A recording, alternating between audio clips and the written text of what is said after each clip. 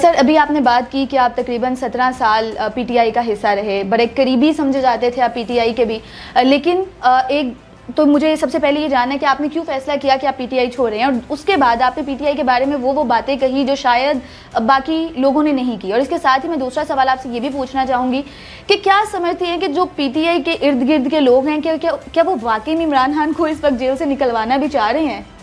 اب ہوا کیا، اس نے 2000 اپریل 22 میں جو یو ٹرن لیا، پیچھے یہودی ختم نبوت کے منکر، یہ پوری لابی تھی، ٹھیک ہے جی. اس کا خود بھی تعلق ہے ماں کی طرف سے ختم نبوت کے منکروں کے ساتھ. انہوں نے پورا پلان بنایا ہوا تھا پاکستان کو 3 ٹکڑوں میں کرنے کا، جو پچھلے 20-25 سال سے لانچ ہوا تھا 1998 سے. یہ پورا پلان بنایا گیا، اس کو دیا گیا کہ بھائی جان یہ ہے.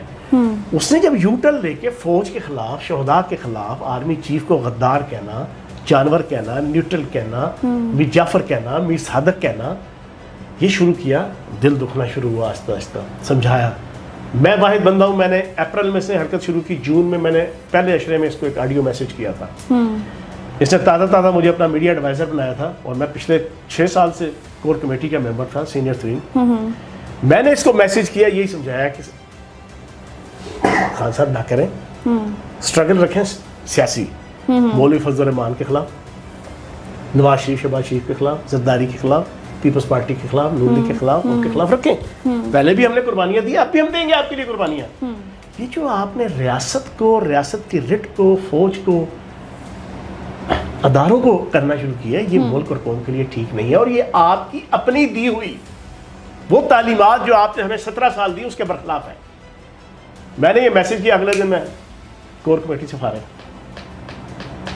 اگلے دن شہباز گیل جو ہے نا، وہ ختم نبوت کے منکروں کے گروہ سے اس کا تعلق ہے، امریکن سی آئی اے کا جو ہے نا وہ ایجنٹ ہے، را کا بھی، ٹھیک ہے.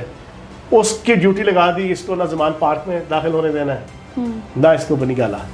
میرے ساتھ پھر جو ہوئے وہ 1-2 وقوع تو آئے میڈیا میں، 6-7 دفعہ ہوئے، 8 دفعہ مجھے روک دیا گیا. اب یہ رستہ روک دیا، پھر بھی ہم برداشت کرتے رہے.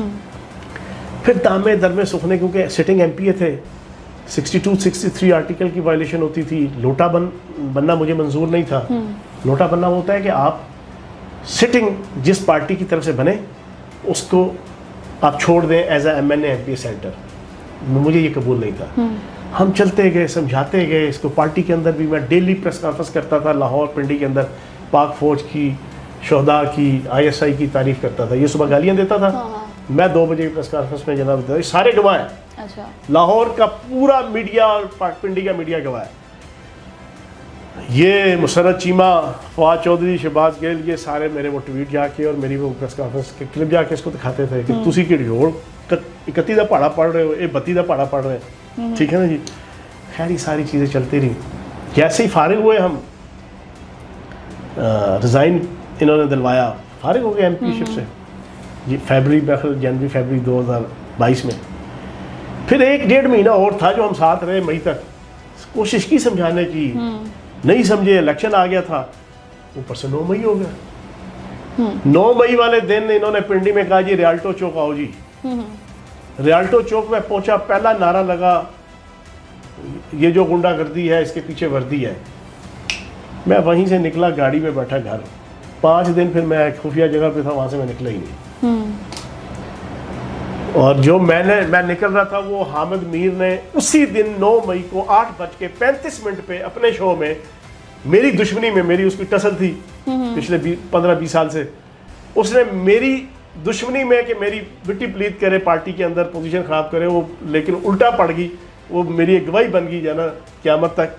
اس نے جناب پروگرام کے درمیان کہا 1 منٹ ذرا رکیے گا، ہم آپ کو ایک ایسا لیڈر بھی پی ٹی آئی کا دکھاتے ہیں کہ جو بڑا ہی ذمہ دار ہے، جس نے آج فوج کے خلاف پہلا نعرہ لگا تو وہ مظاہرہ چھوڑ کے وہ نکل گیا وہاں سے. وہ پورا اس نے میرا کلپ دکھا دیا 8:35 پہ 9 مئی والے دن. حامد میر کا پرانا وہ ایک گواہی پوری بن گئی کہ فیاض چوہان ادھر سے نکل آیا.